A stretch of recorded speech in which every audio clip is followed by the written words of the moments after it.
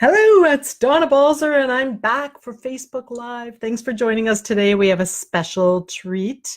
As you know, I'm a gardener, I'm a horticulturist, an author, a speaker, but today we have something special. We have, check it out, beautiful AC Ben. AC Ben. So today I have Connie Thompson joining me. Connie is the owner for 29 years of Connie's Dahlias in the New Bay, which is on Vancouver Island. And she has agreed to come to my little dark office today, which we're keeping dark so that the flowers look better. And we're going to talk dahlias. So you know how to do it. Get on your Facebook, ask your questions right there. Let us know what you want to know, and we will answer that question. But first, let me tell you a little bit. Connie, I'll give you back your beautiful AC Ben. AC Ben. This is the thing you're going to find out. Every dahlia has its own name. They've all been named. So Connie knows the names, and she's going to tell you that. So if you have questions of any kind to do with dahlias, how to start them, how to grow them, how to keep them blooming at their very best, then make sure to go online today and ask us a question. So you can do that right in your comments box, which is on the bottom. Can you see it here, Connie, for next time? If you're watching a show next time, it's on the bottom right-hand corner. You just type in your question, you ask us, we will answer. So there you go. So Connie has been growing dahlias for 29 years. She has over 800 plants. I went there last week. It was incredible. Yes, spent a good hour and a half in the garden. I know, I couldn't believe it. 800 plants takes quite a bit of space. She every year gets between 45 and 100 new varieties. How many varieties do you have in total? Last time I counted was 279. Wow. And I grow those in multiples, of course. Yes, and that's why she has over 800 dahlias altogether. So if you have been thinking about growing dahlias, this is the show for you today. You're going to find out everything you need to know, maybe more. And you can also ask your own questions. If you've been having any kinds of problems with dahlias, now is the time. So Connie, did I miss anything? What have I missed about you? Just that for follow-up, anybody can follow me. I have a Facebook page called Connie's Dahlias. It's very accessible for anybody who's on Facebook. I'm quite happy to answer questions. There's an album of photographs of all the varieties that we grow on the top of the timeline. It'll say 2018 dahlias as they come into bloom. And yeah, it's great. All there. There's information in the albums on just about every topic and more than what we will have time to discuss today. Okay, well, we have gotten through our introductions and our technical stuff. Now, first, tell me, how do you say it? I've been saying dahlia. Is that just like country? Are you supposed to say Dahlia? Well, the American term is, they use Dahlia because that was the name of the original person that started hybridizing. But Canada and England, they all use Dahlia. It's just the accepted term. Okay, so we're okay to say Dahlia. Oh, we are. Okay, that's great because I've been saying it that way for quite a while. Good. So tell me now, why are dahlias such a popular plant? Well, they're a summer plant, and they will give you infinite amount of bloom. Like the smaller blooms will, of course, give you more flowers on the plant. But one tuber put into the ground in the spring, when your ground is ready to be planted, and here on Vancouver Island, I can generally plant by mid-April. One tuber is going to give you a full-size plant that summer. So a plant that would be anywhere from 3 to 5 feet tall and roughly 30 inches in diameter. Wow. Yeah. So when would they start blooming though? When would people be able to? Okay, I start all my plants on bottom heat in the greenhouse the first week of March. So I get early blooms. Okay. And most people, for instance, in Alberta, we have a lot of viewers from Alberta. Would they just buy them in bloom and then they would keep blooming from there? No, they can start them in dahlia, in tubers, sorry. Small blooms, so say up to 6 inches. Mm-hmm. They need 90 days from the time that they're planted in the ground until you're going to get your first blooms. A larger variety like show and tell or any of the giant varieties, they need 120 days. Well, they only have 120 frost-free days in Calgary total. Okay, so I always advise anybody that lives on the prairies or in Ontario to get their tubers early and start them indoors. Okay, so we're going to be doing that. We're going to get them early and start them indoors. So we have a comment from Jean-Marie. Thank you, Jean-Marie. She is from Red Deer, and I know she has her own page, and she said, She absolutely loves your page, so that's kind of fun. Yeah, I follow her. Yeah. Yeah. Oh, you follow her too? She's a customer of mine, yes. Oh, there you go. So what have you grown, Sean? Let us know. And Jerry Quinn just joined. So Jerry's in Ontario. So I'm wondering, what Jerry's growing, because I know she's lived on the prairies and now she's living in Ontario. So it'll be interesting to hear back. That's a challenging climate to grow dahlias, and particularly this year because it was impossibly hot. Oh, was it? Oh, you keep track of the weather right across Canada? I do. Well, show us some of the different types of dahlias, because I know you brought buckets full of dahlias, and I know people will want to see them. So let's have a look at some of those. These are the little guys. So these are a true pom-pom. So I've just brought 3 different colors here. This one's called Dutch Baby. I have to hold it a bit higher. Yeah, a little bit Dutch. Get in there. Dutch Baby. Here, I'll hold it. This is Lismore Moonlight. And this one is Cocoa Puff. So a true palm grows under 2 inches in diameter. Wow. And you were saying, those are the balls. So the true palm under 2 inches in diameter. So it is a true ball, but it's a very minute one. Okay. And Ian's wondering if dahlias are perennials. He's heard that word perennial. No, Ian, sorry. Yeah. They would be if you lived in California, but even then they need to be dug. Your next size up are miniature balls, and they range from 2.5 to 3.5 inches in diameter. So a ball will always, it's close right here, they will always finish right to the stem. So you can see how they have petals that go right back to the stem. Yeah. And they're different, like there's many different types. Just to make it easier, I'm a member of the American Dahlia Society, and I have been for 29 years. And by joining this society directly through the American Dahlia Society, or if you belong to a local society, you can join. And for $23 Canadian, I get this publication sent to me every year. It lists all the current dahlias that are winning at shows in North America. Wow. And it gives all the information about them, the color, their classification, what size they are, every bit of information you could possibly want. Now, when Donna was in the garden, I was trying to explain to her the difference between a ball. It took a while too. Yes. I kept asking. That finishes right to the back of the stem, and a miniature formal deck that is not as deep. It tends to be don't have the depth of a ball, and it'll never finish to the very back edge. So that is the difference. So tell me though, if you are in the prairies or in a shorter growing season, are these small types the best ones to grow in your garden? I've got customers all across the prairies. They grow everything. And do they have to put it against a really hot, say a south-facing wall or something like that? Nope, just out in the field, out in the open. So we're not limited to growing those decks and those palms and the balls. No. We can grow anything. You can grow anything. All right. Well, let's see some more of what you brought. Okay. So then another form, if I can get down to I want to get that whole bucket over here. I know. Let's get the whole I've bucket. got them more or less organized. So this is a formal. I'll hold it if you want. Yeah, that's a water lily. I've got my glasses on and it's fairly dark in here. So that's a water lily. So they tend to be not as deep, but they're beautiful flowers. They're not the best cut flower in the world, but they're gorgeous in the garden.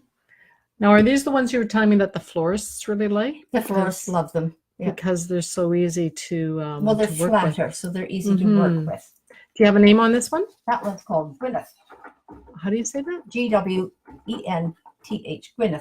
Gwyneth. Oh, it's a girl's name. Yes. Aw, that's a water lily style of dahlia. Yeah.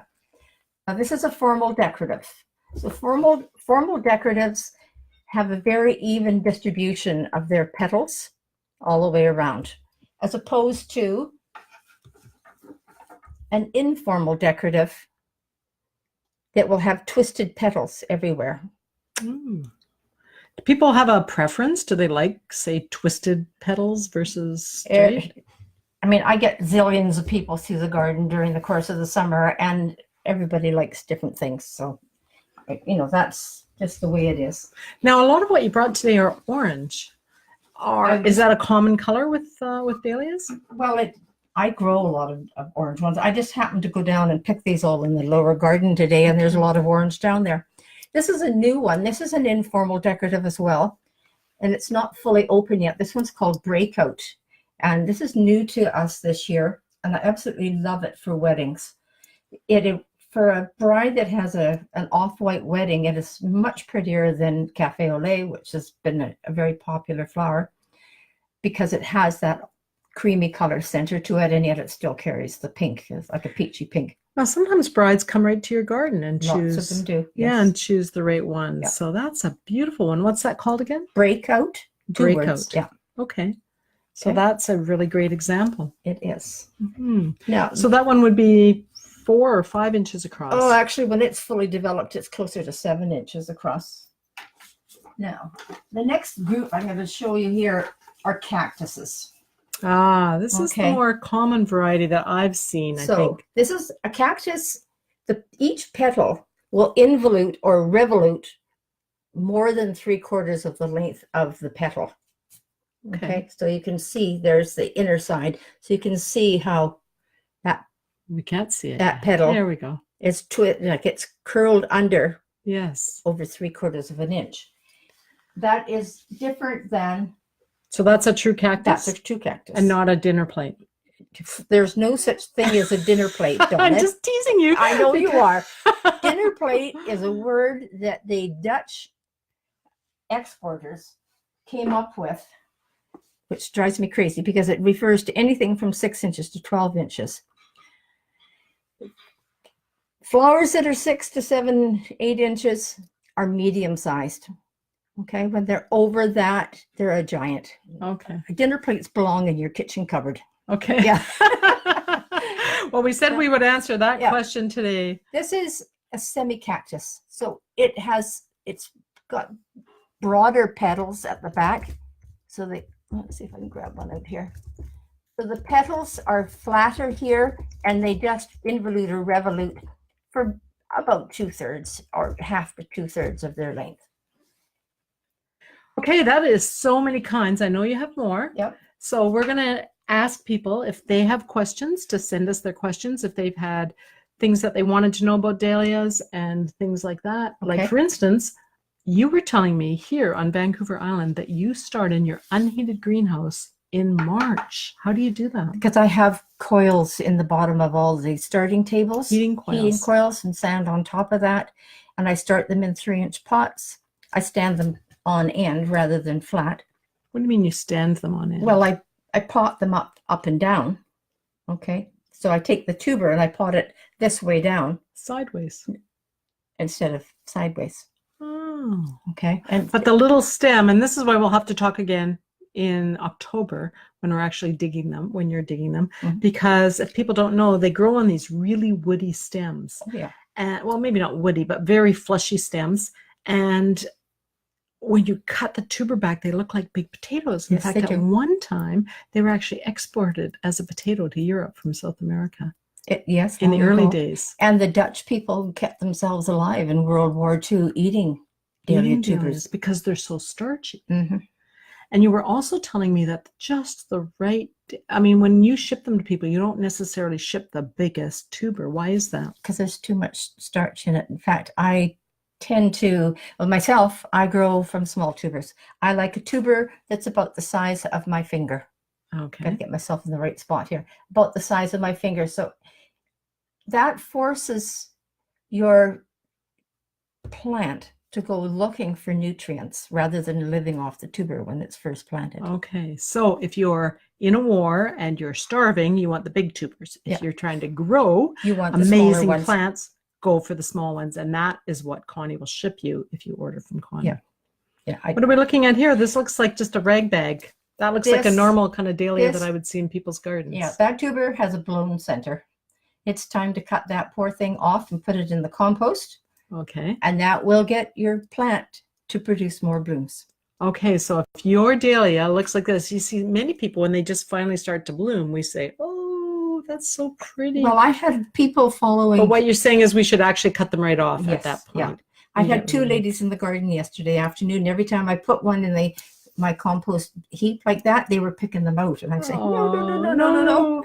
So, and really it's because you shouldn't be able to see the inner workings of the flower. No. Is that what you're saying? No. When the bees start working on the pollen sac, it's time to cut it off. Okay. I mean, some varieties are open face. That's just the way they grow. I try to not Like grow. the water lily types that you were showing us. Well, that Not even it open. doesn't have a fully open face, but your singles and your anemones and those types of dahlias, they will have an open face, and there's nothing you can do about it.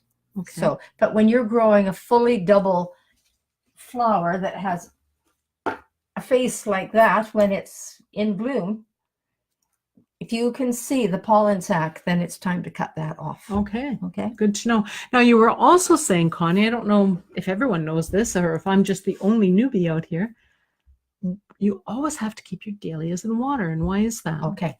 Dahlias have an open stem. So Okay. they have a big open hole in the bottom of the look stem. at that. Yes.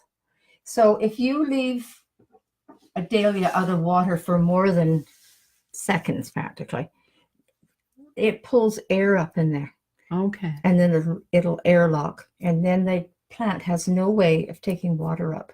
So is it like with roses? You actually cut roses underwater. Do you do that with dahlias as well? It's not necessary. I mean, recut them when you get them I don't home. know. It's not necessary. When I cut dahlias, I have a bucket right there of water that has Floral Life in it. So I'm picking into Floral Life. And when people pick up flowers from me, they're in Floral Life. So it's just important to keep them that way. Don't go marching around your garden with an armload of cut dahlias. Looks so romantic, though. I know it does. But by the time you get them into the house, they're airlocked and they're going to be gone within a couple of a day or so. Okay. So how long will a dahlia last? If a bride is ordering flowers, she checks them out, she comes down, or even if I'm picking some for a special wedding or occasion, how long do I have? Okay. A good quality dahlia that has been picked properly, like I just told you about, should give you 5 to 7 days. Okay. You don't put them in a sunny window, keep them away from a sunny window, keep them in water all the time. And I always send flowers home with a package of Floral Life so that they got that to add to it. But, too many people, they'll go to the market and they'll buy a bouquet of flowers and nobody puts it in any water for you to take home. And then the dahlias go, because they're airlocked and they don't last as long as you'd like them to last. So that is the whole trick, is they need to be kept in water. Oh, okay. You know what? We've been missing questions. Have we? Okay. Sorry, I usually have Ian here helping me. He's doing technical. Yeah, too busy chatting. Jerry Quinn was wondering, do you grow dahlias from corms or from cuttings? We used to grow them from cuttings at Bouchard Gardens. For some reason, they grew taller this way. Have you heard of this? Oh, yes. Oh, yes. Yeah. I personally grow from tubers. I just don't have time. I just don't have time to make cuttings. I make a few if I'm really short of a particular variety. But if you were in England, they grow almost completely from cuttings. It's very common. Okay. So I like Bouchard Gardens, which is where Jerry used to work. She said that they used to grow them that way as well. Yeah. A corm is what you would get if you were buying tulips or daffodils, the corm or a bulb. A dahlia is actually grown from a tuber. It's looks like a little tiny potato. Now, Jean-Marie also said on one of her replies that we missed that her favorite type of dahlia is the incurved cactus. Did you bring any incurved cactus today? What is that? That's an incurved cactus because the petals all curl up. Okay. Yeah. So that's Sean's favorite type. Yeah. Interesting. What is this ginormous one behind us here? This is show and tell. I can see that. It's bigger than my head. And this is a laciniate. So you can see how the tips of every petal split. So that's what a laciniated dahlia will do. The tip of every petal splits. Yeah. Wow. So there's another one. This one's a mouthful. This one's called Alpacini sniga. It came originally from Latvia, but you can see the little tips all the tips are split. This one's just easier to see. So what is the bigger name of those? A laciniate. A laciniate. Laciniate. That's the Okay. type. That's the type. So I wonder if Sean Marie likes the incurved cactus or the laciniate. I don't know. Well, maybe she hasn't tried that yet. That's really cool. Okay, so Connie's growing them from tubers, so that answers Jerry's question. You know, I think that Jerry was probably like they have professional people working down at Bouchard, so they were probably spending, you know, a lot of time doing those cuttings. But you're saying it's easier for the ordinary gardener to just take the cutting in the or take the tuber that they get from you in the mail. Do you mail these out right now if they send your order now? No. I've already got tons of orders in for next year. They get mailed out in the spring, more or less about the time that you're going to be ready to plant. Okay, so. Well, would you mail later to Alberta then? Or? Oh yeah, I hold everything. Like this year, I had to hold all the boxes for Alberta right through to Nova Scotia. I had to hold them mid to late April. Okay, because it was so cold on the prairies this spring. It really was. Yeah. Okay, well, that's good. Okay, Sean also mentions that she's had an issue with buds not opening. Or opening kind of mutated.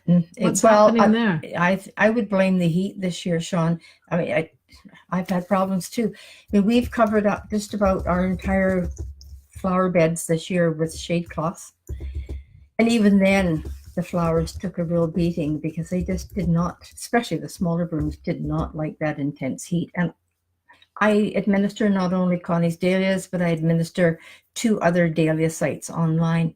And everybody's been having the same issue this year. It's that horrible heat. Okay, so the extreme heat stops the buds from fully opening. Yeah. And I can attest to this because you have, are they they're things built for car shelters? Yes, they are. Yeah, and they're just big structures, but just have poles on the sides and then shade overhead. Yeah. And you told me, up to 50% shade cloth. This is what greenhouse growers do on their greenhouses as well. It keeps that really intense midday sun off the dahlias, although they're quite high up. But the sun at that time of day is very high. It is. And actually, next year, we're going to, on the west side of the property, we're going to extend the shade cloth out a bit farther so that when it's coming in at an angle, it's still protecting the end of those rows. So that should help. That's a problem with... with them this year. Is this the first year you've had that problem? Last year as well. Last year we started putting them up. And I don't think this crazy hot weather is going to go away anytime soon. So climate change. Climate change. Even affecting Dahlia growers. Yeah. And I'm seeing now, I was up there deadheading before I came to Donna's. And I'm seeing now that we're cooler temperatures, and I fertilized about 10 days ago. And I've been watering not only in the ground, but I've been watering the foliage as well in the mornings, that everything is recovering. And that the foliage is looking much happier. Because the temperatures aren't so extremely hot. I missed Ian's question earlier, which was, are these plants easy to grow or would they be a challenge for amateur gardeners? I don't think they're a challenge for an amateur garden at all. As long, they want to have reasonably decent soil. They want good soil, Ian. Did you hear that? They want to go in with some fertilizer, and they need to be fertilized, and they need a bit of nitrogen. Like there seems to be a myth out there that dahlias don't need nitrogen. That's wrong. They do. But the whole trick is you don't fertilize past about mid-August. You don't want to have issues with storage of your tubers later. Okay. But other than that, they need regular fertilization. So maybe he's just thinking it seems tricky because there's so many kinds. Is there a good beginner type that people should start with? A beginner one, I would go with a ball or a miniature formal deck. Okay. Something that's, these are easy to grow.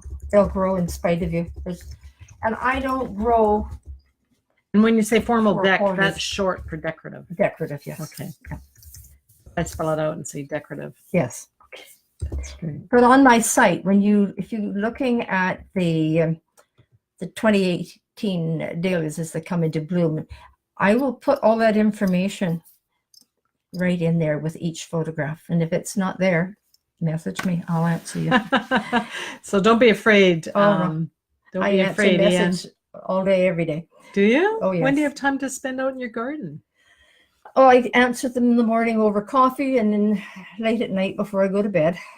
So your life is all about dahlias. In the summertime, yes. So Ian's also wondering, thanks Ian, you're sending us so many questions today. He wishes he could be here. Yeah. He's wondering if they will be attractive to hummingbirds. I've had a lot of hummingbirds in my garden this year. Do you think the hummingbirds would like these? The hummingbirds definitely work my garden all summer long, yes. Is there some actual nectar in dahlias? Oh, they yes. look so showy. When you see the pollen, there's where they're going to go after, you know. So if you're growing any of the open face varieties, they'll get in there first. But it's amazing how they can get into anything that's got a bit of an open face. Like, they'll get right into the middle of this bloom. Really? And yes, they can dig right in. And they'll dig right in. Do you have any photos of that?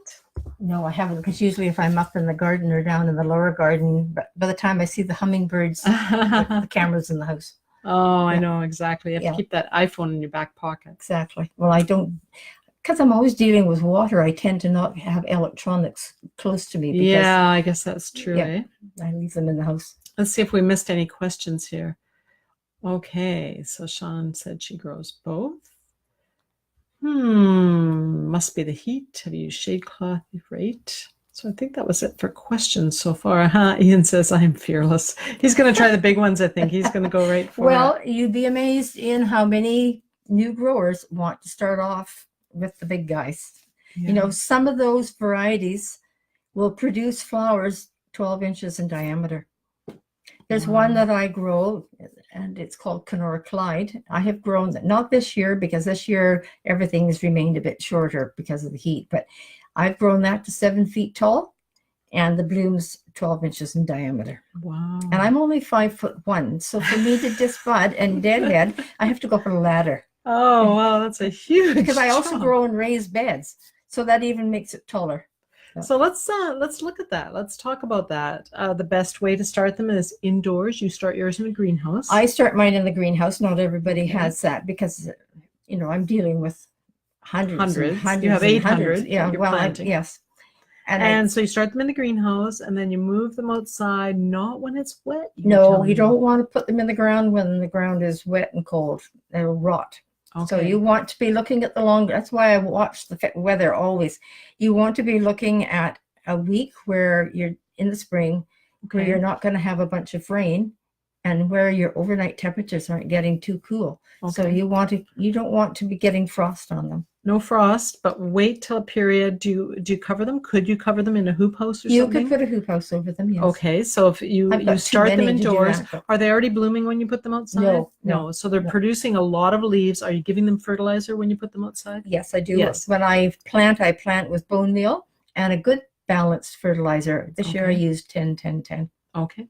So it's something that you're going to get right on them right away. Yeah. And then what happens? Do you start watering them weekly, or do you just watch the weather? Unless you just have to keep an eye on the weather. Generally, there's enough moisture in the soil that they do not need any water. But if you're getting a warm spell and you're seeing, you know, put your finger in the soil, and if it's dry down 3 inches, they need light watering. And when I say light, so be careful with the watering in the spring. And that's a really good point. I don't think that's something we talked about. So that's really good.